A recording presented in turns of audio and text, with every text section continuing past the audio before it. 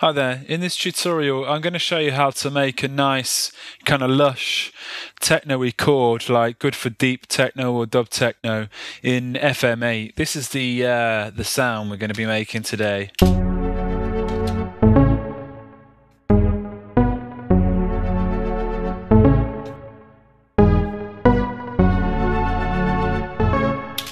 So there's a glimpse of the MIDI notes that I've got playing. It's quite important really to take note of that because I've basically just got a riff playing across 3 octaves. I can mute out the top and mute it back in again, and that provides the lead to it. But just having those 3 octaves of the notes playing kind of enhances the sound, makes it nice and rich. So let's go ahead and create a new sound, and we're going to start by programming all the operators here. So start with F is already wired to the output. I'm going to get rid of that. I'm going to wire it into the filter, and then route that to the output. And F is going to be a sawtooth wave, and going to change this to 2.5, but just a little bit less, 2.46, just so it's a bit slightly detuned, and turn on oscillator E, route that to the filter as well. The ratio is going to stay at 1, and this is going to be a triangle wave. And similar thing for D, route it to the filter, but D we're going to have this 1+3. It's going to give us a nice rich sound. I'm going to put this at 2.5 as well, and turn on C, route that to the filter again. C is going to be a sine wave, stays like a sine wave. We're going to take the ratio up to 5 though, just to give it a bit more of a high-pitched kind of sound on the C operator. And I'm going to key sync all of these 4 operators as well. So each time the key's pressed, the oscillators or operators will kind of like restart, which give us a nice consistent sound. And then I'm going to turn on B and route that to the filter again. But B we're going to have a sine wave again, but we're going to take this up to 6. So our sound is already quite nice and rich sounding. I'm going to leave the key sync of B off just to give a bit more of a free running sound with that operator. You'll see why shortly when we start kind of modulating this operator a little bit. So I'm just going to feed back some of these operators as well, just feed them into themselves. Don't go too crazy with these values here because you'll start to get just a really sort of kind of distorted sort of high frequency tone, and just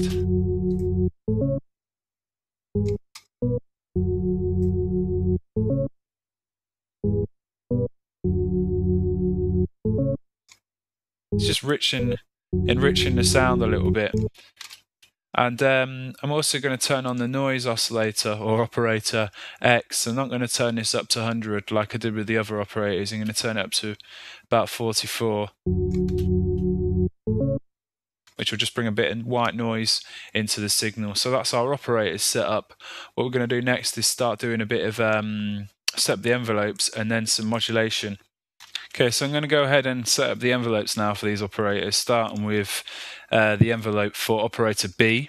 I'm going to drag the sustain out a little bit, so just kind of the notes held a little bit longer, give it a little bit of release, but I'm going to back off the attack, and just so it's just a much more of a softer attack really on this operator. I think something like that will be fine.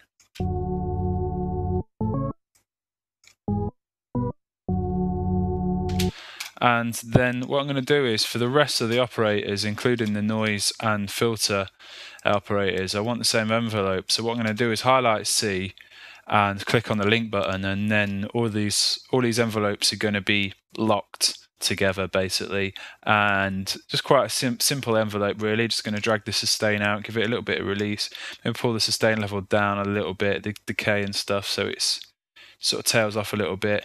Take the attack down a little bit.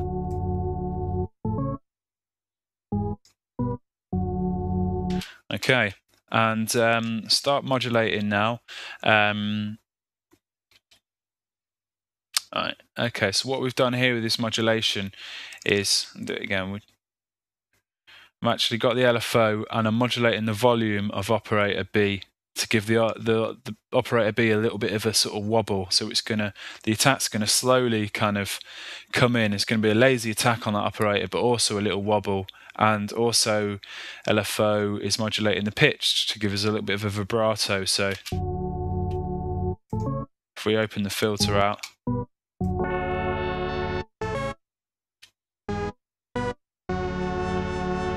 so you can see here we've got a nice fixed sound, but what we've done with the operator B is it's got a slow attack and then it comes in and it's got a little bit of a sort of wobble or LFO on it to just give it some nice sort of movement.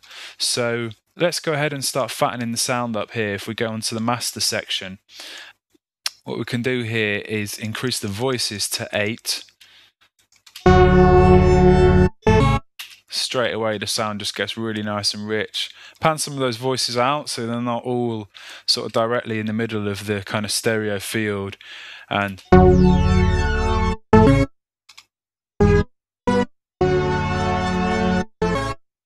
also this analog slider will help give the sound a more of a kind of rich sort of flavour.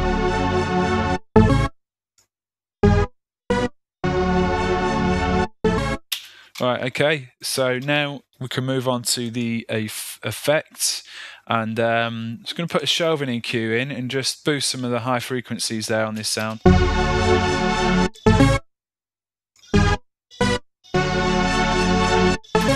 And give some reverb just to give the sound a bit of space. Maybe take the reverb time down a little bit and push the brightness and the treble up to just give a bit of a nicer sort of top end on the reverb.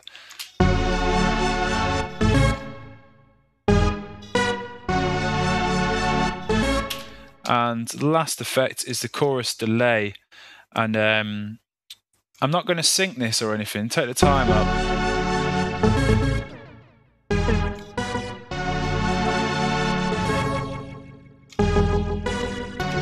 Take the dry wet down, mix down a little bit, and I've pushed the feedback up a bit.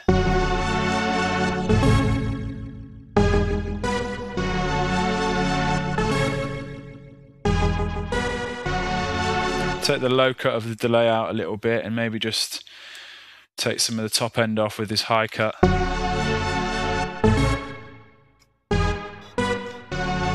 Push the diffusion up. And it just helps with this reverb. It's almost like a slapback delay really, because I've not got the sync on or anything. It's just quite a nice tight.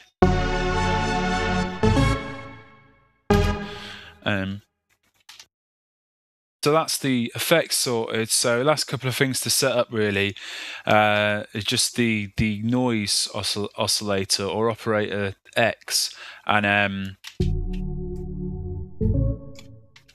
open the filter back out again.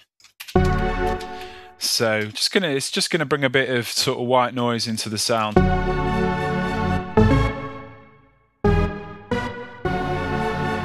Don't want to go too high with that amp there, just so you can hear a nice little sort of crisp top end on the sound really.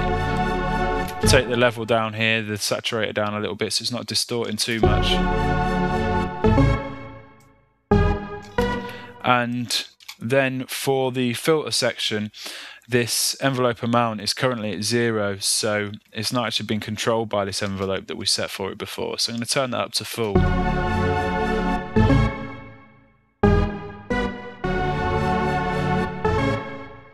And we've just got to control the envelope control, take the link off, and then we want to start controlling the filter the sound a little bit more.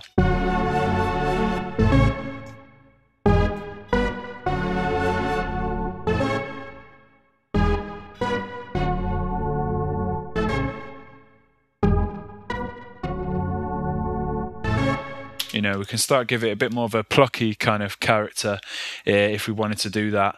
So that's the sound pretty much done really. So if I unsolo that.